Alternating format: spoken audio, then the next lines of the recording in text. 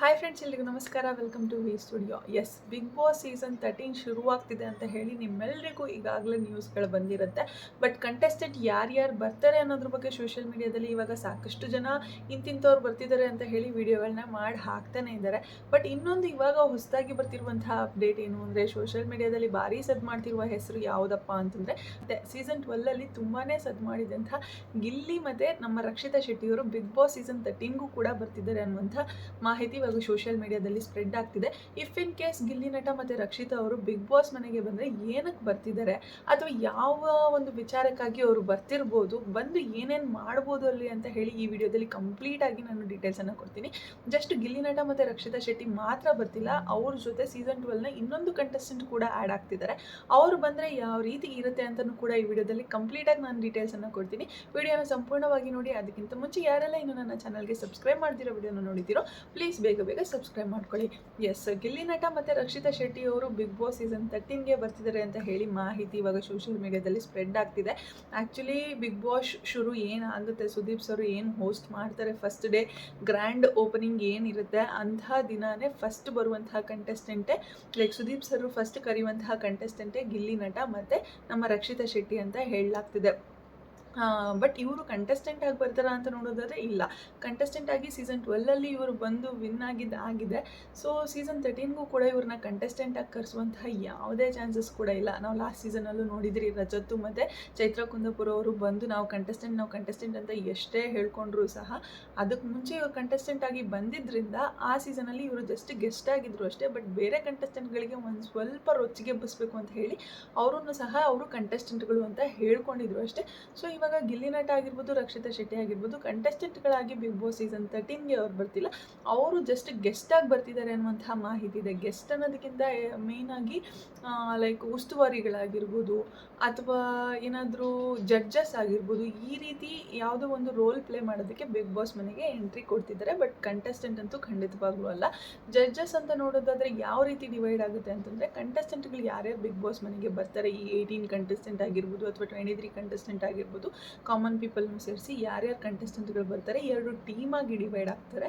2 ಟೀಮಾಗಿ divide ಆದಾಗ ಒಂದು ಟೀಮನ್ನು ಗಿಲ್ಲಿ ನಟ ಅವರು ಲೀಡ್ ಮಾಡ್ತಿರ್ತಾರೆ ಆ್ಯಂಡ್ ಇನ್ನೊಂದು ಟೀಮನ್ನು ರಕ್ಷಿತಾ ಶೆಟ್ಟಿ ಅವರು ಲೀಡ್ ಮಾಡ್ತಿರ್ತಾರೆ. ಸೊ 2 ಟೀಮ್ಗೂ ಸಹ ಕಾಂಪಿಟೇಷನ್ ಅನ್ನೋದು ನಡೆಯುತ್ತೆ. ಆ್ಯಂಡ್ ಅವಾಗಲೇ ಹೇಳ್ದಂಗೆ ಜಸ್ಟ್ ಗಿಲ್ಲಿ ನಟ ಮತ್ತು ರಕ್ಷಿತಾ ಶೆಟ್ಟಿ ಮಾತ್ರ ಬರ್ತಿಲ್ಲ, ಇವರಿಬ್ಬರ ಜೊತೆ ಹಳೆಯ ಕಂಟೆಸ್ಟೆಂಟ್ ಇನ್ನೊಬ್ಬರು ಕೂಡ ಬರ್ತಿದ್ದಾರೆ. ಯಾರಪ್ಪ ಅಂತಂದರೆ ನಮ್ಮ ಧ್ರುವಂತ್ ಅವರು. ಈ 3 ಜನದ ಕಾಂಬಿನೇಷನ್ ಮತ್ತೆ ನೋಡೋದಕ್ಕೆ ನಾನಂತೂ ತುಂಬಾ ಎಕ್ಸೈಟ್ಮೆಂಟಿಂದ ಕಾಯ್ತಾ ಇದ್ದೀನಿ. ಈ ಒಂದು ನ್ಯೂಸ್ ಎಷ್ಟರ ಮಟ್ಟಕ್ಕೆ ನಿಜಾನೋ ಸುಳ್ಳೋ ಗೊತ್ತಿಲ್ಲ, ಬಟ್ ಸೋಷಿಯಲ್ ಮೀಡಿಯಾದಲ್ಲಿ ಬರ್ತಿರುವಂತಹ ಒಂದು ಮಾಹಿತಿ ಇದು. ಲೈಕ್ ಇನ್ಸೈಡ್ ಸ್ಟೋರಿ ಏನು ಬಿಗ್ ಬಾಸ್ ಅವರು ಲೀಕ್ ಮಾಡಿದ್ದಾರೆ, ಆ ಒಂದು ಮಾಹಿತಿ ಇದು. ಸೊ ಇವ್ರ ಜೊತೆ ಧ್ರುವಂತ್ ಅವರು ಕೂಡ ಆ್ಯಡ್ ಆಗ್ತಿದ್ದಾರೆ ಅಂತ ಹೇಳಲಾಗ್ತದೆ. ಲೈಕ್ ಧ್ರುವಂತ್ ಅವರು ಈ ಬಿಗ್ ಬಾಸ್ ಮನೆಗೆ ಬಂದರೆ ಅವರ ಒಂದು ರೋಲ್ ಪ್ಲೇ ಏನಿರುತ್ತೆ ಅಂತ ನೋಡೋದಾದರೆ, ಈ ಗಿಲ್ಲಿ ನಟದ ಒಂದು ಟೀಮ್ ಇರುತ್ತೆ, ರಕ್ಷಿತಾ ಶೆಟ್ಟಿ ಅವ್ರದ್ದು ಒಂದು ಟೀಮ್ ಇರುತ್ತೆ. ಇವ್ರ ಇಬ್ಬರ ಟೀಮಲ್ಲೂ ಏನಾದರೂ ಸ್ವಲ್ಪ ಕನ್ಫ್ಯೂಷನ್ಸ್ ಅನ್ನೋದು ಕ್ರಿಯೇಟ್ ಆದರೆ, ಲೈಕ್ ಬಿಗ್ ಬಾಸ್ ಮನೆಯಲ್ಲಿ ಜಗಳ ಅನ್ನೋದು ತುಂಬಾ ಕಾಮನ್ ಆಗಿ ನಡೀತಿರುತ್ತೆ. ಅವ್ರು ಮಾಡಿದ್ರು ಅಂತ ನಾವು ಮಾಡೋದು, ನಾವು ಮಾಡಿದ್ದಾರೆ ಅಂತ ಅವ್ರು ಮಾಡೋದು, ಈ ರೀತಿಯ ಎಲ್ಲ ಬಿಗ್ ಬಾಸ್ ಮನೆಯಲ್ಲಿ ತುಂಬಾ ಕಾಮನ್ ಆಗಿ ನಡೀತಿರುತ್ತೆ. ಸೊ ಅದನ್ನೆಲ್ಲವನ್ನು ಸಹ ಜಡ್ಜ್ ಮಾಡೋದಕ್ಕೆ ಇಬ್ಬರ ಟೀಮಲ್ಲಿ ಯಾರು ಬೆಟರ್ ಇದ್ದಾರೆ ಅಂತ ಹೇಳಿ, ಈ ಟೀಮನ್ನು ವಿನ್ ಮಾಡಬೇಕಾ ಅಥವಾ ಆ ಟೀಮನ್ನು ವಿನ್ ಮಾಡಬೇಕಾ ಅಂತ ಹೇಳಿ ಜಡ್ಜ್ ಮಾಡೋದಕ್ಕೆ ಧ್ರುವಂತ್ ಅವ್ರು ಬರ್ತಿದ್ದಾರೆ ಅಂತ ಹೇಳಲಾಗ್ತಿದೆ. ನನಗನ್ಸೋ ಪ್ರಕಾರ ಗಿಲ್ಲಿ ನಟ, ರಕ್ಷಿತಾ ಶೆಟ್ಟಿ ತುಂಬಾ ಹೈಪನ್ನು ಕ್ರಿಯೇಟ್ ಮಾಡಿದರು ಲಾಸ್ಟ್ ಸೀಸನಲ್ಲಿ. ಜಸ್ಟ್ ಇವರಿಬ್ಬರೇ ಅಲ್ಲ, ಇವ್ರ ಜೊತೆ ಅಶ್ವಿನಿ ಗೌಡ ಅವರು ಕೂಡ, ಲೈಕ್ ಅಶ್ವಿನಿ ಮ್ಯಾಮ್ ಅಂತ ಹೇಳೋಕ್ಕೆ ಇಷ್ಟಪಡ್ತೀನಿ. ಆವಾಗಲೇ ಎಲ್ರಿಗೂ ಸಹ ನೆನಪಾಗುತ್ತೆ. ಅಶ್ವಿನಿ ಗೌಡ ಅನ್ನೋದಕ್ಕಿಂತ ಅಶ್ವಿನಿ ಮ್ಯಾಮ್ ಅವರು ಅಂತ ಹೇಳಿದಾಗಲೇ ಎಲ್ರಿಗೂ ನೆನಪಾಗುತ್ತೆ. ಯಾಕಂದರೆ ಯಾವಾಗಲೂ ರೆಸ್ಪೆಕ್ಟ್ ಅಂತ ಹೇಳಿ ತಲೆಯಲ್ಲಿ ಅಚ್ಚೊಡೆಯೋ ರೀತಿ ಮಾಡಿಬಿಟ್ಟಿದ್ರು ಅವರು. ಲೈಕ್ ಅಶ್ವಿನಿ ಮ್ಯಾಮ್ ಅನ್ನೋದು. ಸೊ ಅಶ್ವಿನಿ ಮ್ಯಾಮ್ ಅಂತಲೇ ಹೇಳ್ತೀನಿ. ಅಶ್ವಿನಿ ಮ್ಯಾಮ್ ಅವರು ಕೂಡ ಬರಬೇಕಾಗಿತ್ತು ನನ್ನ ಪ್ರಕಾರ. ಯಾಕಂದರೆ ಲಾಸ್ಟ್ ಸೀಸನಲ್ಲಿ ಅವ್ರದ್ದು ಕಾಂಟ್ರಿಬ್ಯೂಷನ್ ತುಂಬಾ ಇತ್ತು. ಪಾಸಿಟಿವ್ ಆಗಿ ಕಾಂಟ್ರಿಬ್ಯೂಷನ್ ಕೊಟ್ಟರು ಅಥವಾ ನೆಗೆಟಿವ್ ಆಗಿ ಕಾಂಟ್ರಿಬ್ಯೂಷನ್ ಕೊಟ್ಟು ನಾವು ಬಿಗ್ ಬಾಸ್ ನೋಡೋರಿಗೆ ತುಂಬಾ ಎಂಟರ್ಟೈನ್ಮೆಂಟ್ ಸಿಗ್ತಾ, ಗಿಲ್ಲಿ ನಟ ಅವ್ರ ಕಡೆಯಿಂದ ಎಷ್ಟು ಎಂಟರ್ಟೈನ್ಮೆಂಟ್ ಸಿಗ್ತಿತ್ತೋ ಅದೇ ರೀತಿ ಅಶ್ವಿನಿ ಗೌಡ ಅವರ ಕಡೆಯಿಂದನೂ ಎಂಟರ್ಟೈನ್ಮೆಂಟ್ ನಮಗೆ ಸಿಕ್ತು ಅಂತ ಹೇಳ್ಬೋದು. ಗಿಲ್ಲಿಗೆ ಏನಾದರೂ ಟಾಪಿಕ್ ಬರ್ತಿದ್ದಿದ್ದೆ ಅಶ್ವಿನಿ ಗೌಡ ಅವರಿಂದ. ಗಿಲ್ಲಿ ಅಷ್ಟೊಂದು ಹೈಪ್ ಆಗೋದಕ್ಕೆ ಕಾರಣವೇ ಅಶ್ವಿನಿ ಗೌಡ ಅವರು ಅಂತ ಹೇಳ್ಬೋದು. ಅಶ್ವಿನಿ ಗೌಡ ಅವರು ಆ ಕಡೆಯಿಂದ ಆ ರೀತಿ ಟಾಂಟ್ ಕೊಟ್ಟಿದ್ದಕ್ಕೇ ಗಿಲ್ಲಿ ಇವತ್ತು ಆ ರೇಂಜ್ಗೆ ಹೈಪನ್ನು ಕ್ರಿಯೇಟ್ ಮಾಡ್ಕೊಳ್ಳೋಕ್ಕಾಗಿತ್ತು. ಸೊ ಗಿಲ್ಲಿ ನಟದ ಎಷ್ಟು ಕಾಂಟ್ರಿಬ್ಯೂಷನ್ ಇದೆಯೋ ಅಷ್ಟೇ ಕಾಂಟ್ರಿಬ್ಯೂಷನು ಅಶ್ವಿನಿ ಗೌಡ ಅವ್ರದ್ದು ಸಹ ಇದೆ. ಸೊ ಅಶ್ವಿನಿ ಮ್ಯಾಮ್ ಅವರು ಕೂಡ ಬರಬೇಕಾಗಿತ್ತು. ಬಟ್ ಬಿಗ್ ಬಾಸ್ ಆದಮೇಲೆ ಅವ್ರಿಗೆ ಈ ಶೋ ಮೇಲೆ ಒಂದಷ್ಟು ಅಸಮಾಧಾನ ಇದೆ ಅನ್ನೋದು ನಮಗೆ ಒಂದಷ್ಟು ಲೈಕ್ ಇಂಟರ್ವ್ಯೂಗಳಲ್ಲಿ ನೋಡಿದಾಗ ಗೊತ್ತಾಯಿತು ಅಶ್ವಿನಿ ಮ್ಯಾಮ್ ಅವರು ಬಿಗ್ ಬಾಸ್ ಬಗ್ಗೆ ಮಾತಾಡಿರೋದು. ಇದನ್ನೆಲ್ಲ ನೋಡಿದಾಗ ಈ ಶೋ ಮೇಲೆ ಅಸಮಾಧಾನ ಅನ್ನೋದು ಬಂದಿದೆ ಅನ್ನೋದು ಗೊತ್ತಾಯಿತು. ಸೊ ಅವರು ನೆಕ್ಸ್ಟ್ ಸೀಸನ್ಗೆ ಅಂದರೆ ಸೀಸನ್ 13ಗೆ ಬರ್ತಾರೋ ಇಲ್ವೋ ಕನ್ಫರ್ಮ್ ಆಗಿ ಗೊತ್ತಿಲ್ಲ. ಬಟ್ ಬಂದರೆ ಚೆನ್ನಾಗಿರುತ್ತೆ ಅನ್ನೋದು ನನ್ನ ಅಭಿಪ್ರಾಯ. ಯಾಕೆಂದರೆ ಗಿಲ್ಲಿ ನಟ ಆಗಿರ್ಬೋದು, ರಕ್ಷಿತಾ ಶೆಟ್ಟಿ ಆಗಿರ್ಬೋದು, ಅಶ್ವಿನಿ ಮ್ಯಾಮ್ ಅವರಾಗಿರ್ಬೋದು, ಈ ಗಿಲ್ಲಿ ನಟ ಮತ್ತು ಅಶ್ವಿನಿ ಮ್ಯಾಮ್ ಅವ್ರದ್ದು ಜುಗಲ್ಬಂದಿ ನೋಡೋದಕ್ಕೆ ಚೆನ್ನಾಗಿರುತ್ತೆ. ಆ್ಯಂಡ್ ರಕ್ಷಿತಾ ಶೆಟ್ಟಿ, ಅಶ್ವಿನಿ ಮ್ಯಾಮ್ ಅವರು ಇಬ್ಬರು ಒಟ್ಟಿಗೆ ಸೇರಿಕೊಂಡು ಲೈಕ್ ರಕ್ಷಿತಾ ಶೆಟ್ಟಿ ಹೇಳ್ತಿರ್ತಾಳೆ ಯಾವಾಗಲೂ ನಾನು ಅಶ್ವಿನಿ ಮ್ಯಾಮ್ ಅವ್ರಿಗೆ ಲೈಕ್ ನಾನು ನನ್ನ ತಾಯಿ ಸ್ಥಾನ ಕೊಡ್ತೀನಿ ಅಂತ ಹೇಳಿ. ಸೊ ಇವರಿಬ್ಬರ ಒಂದು ರಿಲೇಷನ್ಶಿಪ್ ನೋಡೋದಕ್ಕೆ ಚೆನ್ನಾಗಿರುತ್ತೆ. ಸೊ ಇವ್ರು ಬಂದರೂ ಕೂಡ ಚೆನ್ನಾಗಿರುತ್ತೆ ಅನ್ನೋದು ನನ್ನ ಅಭಿಪ್ರಾಯ. ಬಟ್ ಧ್ರುವಂತ್ ಅವ್ರು ಬರ್ತಿದ್ದಾರೆ ಅಂತಂದಾಗ ಈ ಧ್ರುವಂತ್ ಅವರ ಸಪೋರ್ಟು ಗಿಲ್ಲಿ ನಟನ ಕಡೆ ಇರುತ್ತೋ ಅಥವಾ ರಕ್ಷಿತಾ ಶೆಟ್ಟಿ ಕಡೆ ಇರುತ್ತೋ ನೋಡಬೇಕು. ಯಾಕೆಂದರೆ ಇವರು ಬಿಗ್ ಬಾಸ್ ಮನೆಯಲ್ಲಿದ್ದಾಗ ಇವರ ಕ್ಯಾರೆಕ್ಟರ್ ಒಂದು ರೀತಿ ಇತ್ತು. ಬಟ್ ಸೀಕ್ರೆಟ್ ರೂಮ್ಗೆ ಹೋದಾಗೆ ಇವರ ರೋಲ್ ಪ್ಲೇ ಬೇರೆ ರೀತಿ ಆಯಿತು. ಬಿಗ್ ಬಾಸ್ ಮನೆಯಲ್ಲಿ ಕಂಪ್ಲೀಟ್ ಡಿಫ್ರೆಂಟ್ ಆಗಿದ್ರು ಅಂತ ಹೇಳ್ಬೋದು. ಸೀಕ್ರೆಟ್ ರೂಮಲ್ಲಿ ಇದ್ದದಕ್ಕಿಂತ ಕಂಪ್ಲೀಟ್ ಡಿಫ್ರೆಂಟ್ ಧ್ರುವಂತನ ನಾವು ನೋಡಿದ್ವಿ. ಸೊ ಇವಾಗ ಕಂಟೆಸ್ಟೆಂಟ್ ಆಗದೇ ಬಂದಾಗ, ಜಸ್ಟ್ ಜಡ್ಜಸ್ ಆಗಿ ಬಂದಾಗ ಯಾವ ರೀತಿ ಬಿಹೇವ್ ಮಾಡ್ತಾರೆ, ಯಾವ ರೀತಿ ಜಡ್ಜ್ ಮಾಡ್ತಾರೆ ಅಂತ ನೋಡಬೇಕು. ತುಂಬಾ ಕ್ಯಾಲ್ಕುಲೇಟಿವ್ ಪರ್ಸನ್ ಧ್ರುವಂತವರು ಅಂತ ನೋಡೋದಾದರೆ ಲೈಕ್ ಸೀಕ್ರೆಟ್ ರೂಮಲ್ಲಿ ಕೂತ್ಕೊಂಡು ಟಾಸ್ಕ್ಗಳನ್ನು ಡಿಸೈನ್ ಮಾಡಿರೋದು ನೋಡಬೇಕಾದ್ರೆ ಇಂತಿಂಥ ಟಾಸ್ಕ್ಗೆ ಇಂತಿಂಥ ಕಂಟೆಸ್ಟೆಂಟ್ನ ಕಳಿಸ್ಬೇಕು ಅಂತಂದಾಗ ರಕ್ಷಿತಾ ಶೆಟ್ಟಿಗಿಂತ ತುಂಬ ಚೆನ್ನಾಗಿ ಟಾಸ್ಕನ್ನು ಅನಲೈಸ್ ಮಾಡ್ತಿದ್ರು ಧ್ರುವಂತವರು. ರಕ್ಷಿತಾ ಶೆಟ್ಟಿ ಇಲ್ಲಿಗೆ ಇವ್ರು ಹಾಕೋಣ, ಅಲ್ಲಿಗೆ ಅವ್ರಿಗೆ ಹಾಕೋಣ, ಲೈಕ್ ತಲೆಗೆ ಏನು ಬರುತ್ತೋ ಅದನ್ನು ಮಾತ್ರ ಹೇಳ್ತಿದ್ರು. ಬಟ್ ಧ್ರುವಂತವರು ಥಿಂಕ್ ಮಾಡಿ ತುಂಬಾ ಅನಾಲಿಸಿಸ್ ಮಾಡಿ ಅವರು ಒಂದು ಡಿಸಿಷನನ್ನು ತೊಗೊತಿದ್ರು ಧ್ರುವಂತವರು. ಸೊ ನೋಡಬೇಕು, ಅಕಸ್ಮಾತ್ ಏನಾದರೂ if in case Bigg Boss ಈ ರೀತಿ ಶುರುವಾಯಿತು ಅಂತಂದರೆ ಲೈಕ್ ಗಿಲ್ಲಿ ನಟದೊಂದು ಟೀಮ್ ಆಗಿರ್ಬೋದು, ರಕ್ಷಿತಾ ಶೆಟ್ಟಿದೊಂದು ಟೀಮ್ ಆಗಿರ್ಬೋದು, ಈ ರೀತಿ ಶುರುವಾಯಿತು ಅಂತಂದರೆ ಯಾವ ರೀತಿ ಅನಾಲಿಸಿಸ್ ಮಾಡಿ ಯಾರಿಗೆ ಅವರ ಒಂದು ವಿನ್ನಿಂಗ್ ಮೂಮೆಂಟ್ಸನ್ನು ಕೊಡ್ತಾರೆ, ಟಾಸ್ಕ್ಗಳನ್ನ ಯಾವ ರೀತಿ ಅನಾಲಿಸಿಸ್ ಮಾಡ್ತಾರೆ ನೋಡಬೇಕು.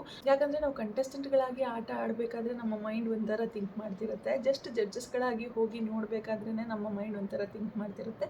ಸೊ ನೋಡೋಣ ಧ್ರುವಂತ್ ಅವ್ರು ಬಂದರೆ ಯಾವ ರೀತಿ ಒಂದು ಆಟನ ತೊಗೊಂಡು ಹೋಗ್ತಾರೆ ಅಂತ ಹೇಳಿ. ಆ್ಯಂಡ್ ಯಾಕೆ ಗಿಲ್ಲಿ ನಟ ರಕ್ಷಿತಾ ಈ ಧ್ರುವಂತ್ ಅವ್ರನ್ನ ಮತ್ತೆ ಕರೆಸ್ತಿದ್ದಾರೆ, ಏನಕ್ಕೆ ಬೇಕಾಗಿತ್ತು ಇದೆಲ್ಲ, ಲೈಕ್ ಯಾವಾಗಲೂ ಶೋನ ನಡೆಸ್ಕೊಂಡು ಹೋಗೋ ರೀತಿಯೇ ನಡೆಸ್ಕೊಂಡು ಹೋಗ್ಬೋದಾಗಿತ್ತಲ್ಲ ಅಂತ ಹೇಳಿನೂ ಕೂಡ ನಮ್ಗೆ ಅನಿಸ್ಬೋದು. ಬಟ್ ಏನೋ ಒಂದು ಚೇಂಜಸ್ ಇರಲಿ. ಯಾಕಂದರೆ ಈ ಸತಿ ಅವರೇ ಮೆನ್ಷನ್ ಮಾಡಿರೋ ಹಾಗೆ we are coming with something special ಅಂತ ಹೇಳಿದ್ದಾರೆ. ಸೊ ಏನೋ ಒಂದು ಚೇಂಜ್ ಇರಲಿ ಅಂತಲೇ, ಈ ಫಾರ್ಮ್ಯಾಟಲ್ಲಿ ಚೇಂಜಸ್ ಇರಲಿ ಅಂತಲೇ ಹೇಳಿ ಈ ಒಂದು ಹೊಸತನನ ತರೋದಕ್ಕೆ ಶುರು ಮಾಡ್ಕೊಂಡಿದ್ದಾರೆ ಬಿಗ್ ಬಾಸ್ ಅವರು. ಆ್ಯಂಡ್ ಗಿಲ್ಲಿ ಮತ್ತು ರಕ್ಷಿತದ್ದು ಎಷ್ಟು ಹೈಪ್ ಇತ್ತು ಲಾಸ್ಟ್ ಸೀಸನಲ್ಲಿ ಅನ್ನೋದು ನಾವೆಲ್ಲರೂ ಸಹ ನೋಡಿದ್ದೀವಿ. ಆ್ಯಂಡ್ ಆ ಹೈಪ್ ಇನ್ನೂ ಕೂಡ ಕಡಿಮೆ ಆಗಿಲ್ಲ. ಗಿಲ್ಲಿ ನಟಗಾಗಿರ್ಬೋದು, ರಕ್ಷಿತಾ ಶೆಟ್ಟಿಗಾಗಿರ್ಬೋದು, ಲಾಸ್ಟ್ ಸೀಸನಲ್ಲಿ ಬಿಗ್ ಬಾಸ್ ನಡಿಬೇಕಾದ್ರೆ ಎಷ್ಟು ಹೈಪ್ ಇತ್ತೋ ಅದಕ್ಕಿಂತ ಹೈಪ್ ಹೆಚ್ಚಾಗಿನೇ ನಡೀತಿದೆ. ಇನ್ನೊಂದು ಬಿಗ್ ಬಾಸ್ ಶುರುವಾದರೂ ಕೂಡ, ಇನ್ನೊಂದು ಸೀಸನ್ ಶುರು ಆಗ್ತಿದ್ರೂ ಕೂಡ ಅವರ ಒಂದು ಹೈಪ್ ಅನ್ನೋದು ಇನ್ನೂ ಒಂದು ಚೂರು ಕಡಿಮೆ ಆಗಿಲ್ಲ. ಜನಗಳು ಇನ್ನೂ ಗಿಲ್ಲಿ ನಟ, ರಕ್ಷಿತಾ ಶೆಟ್ಟಿ ಅನ್ನುವಂತಹ ಗುಂಗಲ್ಲೇ ಇದ್ದಾರೆ. ಸೊ ಅವರಿಂದನೇ ಈ ಒಂದು ಶೋನ ಸ್ಟಾರ್ಟ್ ಮಾಡಿದ್ರೆ ನಮಗೂ ಕೂಡ ತುಂಬಾ ಹೈಪ್ ಸಿಗುತ್ತೆ ಅನ್ನೋದು ಬಿಗ್ ಬಾಸ್ ಅವ್ರಿಗೆ ತುಂಬ ಚೆನ್ನಾಗಿ ಗೊತ್ತಿದೆ.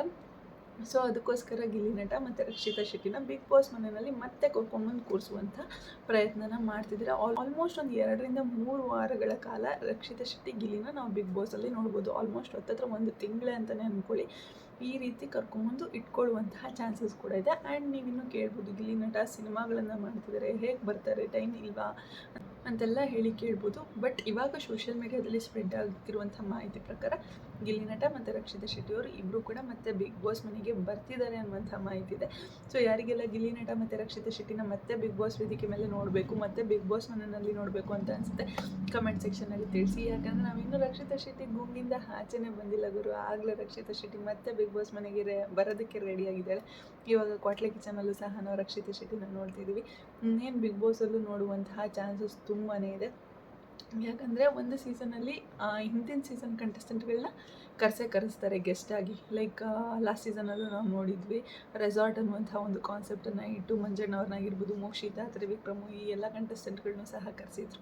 ಸೊ ಅದೇ ರೀತಿ ಲಾಸ್ಟ್ ಸೀಸನಲ್ಲಿ ಯಾರ್ಯಾರು ಬಿಗ್ ಬಾಸ್ಗೆ ತುಂಬಾ ಕಾಂಟ್ರಿಬ್ಯೂಟ್ ಮಾಡಿದಾರೋ ಅವ್ರನ್ನೆಲ್ಲರನ್ನೂ ಸಹ ಬಿಗ್ ಬಾಸ್ ಮನೆಗೆ ಈ ಸೀಸನಲ್ಲಿ ಗೆಸ್ಟ್ಗಳಾಗಿ ಕರೆಸ್ತಾರೆ. If in case not in the ಸ್ಟಾರ್ಟಿಂಗಲ್ಲಿ ಕರೆಸಿಲ್ಲ ಅಂತಂದ್ರೂ ಮಧ್ಯದಲ್ಲಿ ಯಾವಾಗಲಾದರೂ ಒಂದು ಸತಿ ಆದರೂ ಕರೆಸ್ತಾರೆ. ನಾವು ಬಿಗ್ ಬಾಸ್ ಮನೆಯಲ್ಲಿ ಮತ್ತೆ ರಕ್ಷಿತಾ ಶೆಟ್ಟಿನಾಗಿರ್ಬೋದು, ಗಿಲ್ಲಿನಾಗಿರ್ಬೋದು, ಇನ್ನೂ ಒಂದಷ್ಟು ಜನ ಕಂಟೆಸ್ಟೆಂಟ್ಗಳನ್ನ ಖಂಡಿತವಾಗ್ಲೂ ನಾವು ನೋಡ್ತೀವಿ.